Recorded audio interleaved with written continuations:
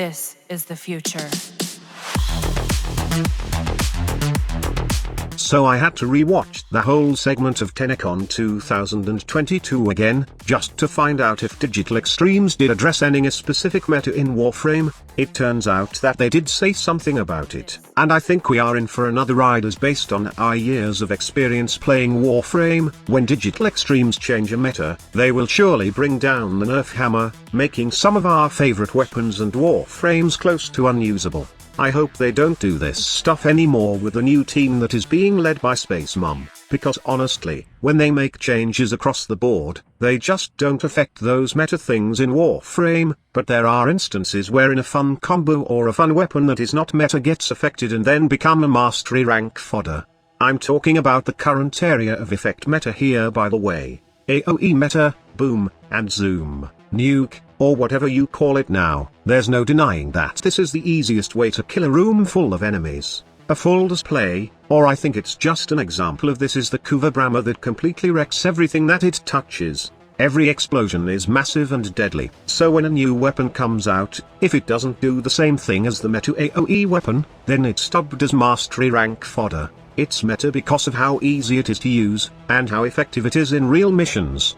What makes the area of effect, explosion, or nuke meta very easy to use is its lack of aiming. You just generally turn into a location and nuke everything in that spot. While some may not be as wide in range, still, you can nuke enemies easily because of another reason, and that is less penalty. I'm one of those players who did not like the removal of self-damage because it hurts one of my favorite frames chroma a lot. But the main reason is that I think it would be unfair and cause a new meta to rise, which is the nuke meta. I'm not against the nuke meta, by the way, I just don't think that removing the penalty, which is self-damage, creates chaos, making the game very easy as you only need to put primed sure-footed in the past to avoid the knockdown penalty, and you are good to go.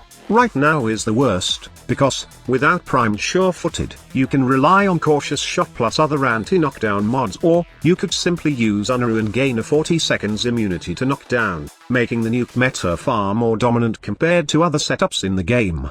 Also, AoE meta is far more useful right now because it's not just for killing stuff, but it helps in leveling your Warframes in a matter of seconds. Now, I would be lying if I don't like the solo leveling, and I'm scared that if they change the meta, this will affect the solo leveling method, or worst, it would be gone forever. Also, remember when they changed the status chance across the board? It made some good strides, but some weapons were fuck up by the changes. A special mention was the infested testicles, also commonly known as pox. It was insane in proccing status, stripping armor, and even melting enemies in the past, but, after the status change, it got so weak that some players don't use it anymore. It's kind of scary when Digital Extremes announce changes in the current meta or overall, their current system, as instead of making the right changes, they messed up the whole system that some stuff in the game is unrecognizable. So how do you change the AoE meta the right way? I'm not an expert, but I think it's simple as giving more fall off to those nuke weapons that have a wide radius or can kill enemies within a wide area. Take note that I'm making it more specific. Only those weapons that have a wide radius, and leave those guns that may have AoE, but don't compete to the likes of Warframe. I'm talking about weapons like the XL2 or any other weapons that have small AoE. This will encourage players that if they want to use something like the Warframe in high-level plays, they should pair it with grouping abilities like Ensnare instead of just blindly firing at locations and killing all enemies in an instance. In addition, most of the dominant options have a roughly 10-meter explosive radius, pushing 13 with primed firestorm. Range lessens the effectiveness of fall-off, and is the key reason that it is a viable tactic to equip knockdown resistance and shoot at your feet. If you reduce the range of AoE, suddenly, it's necessary to think a bit more about where you place your shots to get the maximum effectiveness out of them. The ammo economy becomes more of a concern, as you will more often need 2-3 more shots to deal with the same crowd that you would have otherwise. Grouping abilities become more important. All of this adds more steps and or interactivity, which forces players using AoE weaponry to slow down the absurdity and give people who aren't running AoE weaponry a chance to get some shots off. By reducing the radius, you can keep the damage that is deserving of a weapon that fires so slowly, but also demands more out of the player using it to make the best use of it. The damage fall off makes it more important to hit key heavy targets more directly to effectively deal with them and allows for you to kill some smaller units as collateral. It may also be worthwhile to shed some of the AoE damage on certain weapons in favor of adding more of it to the initial impact.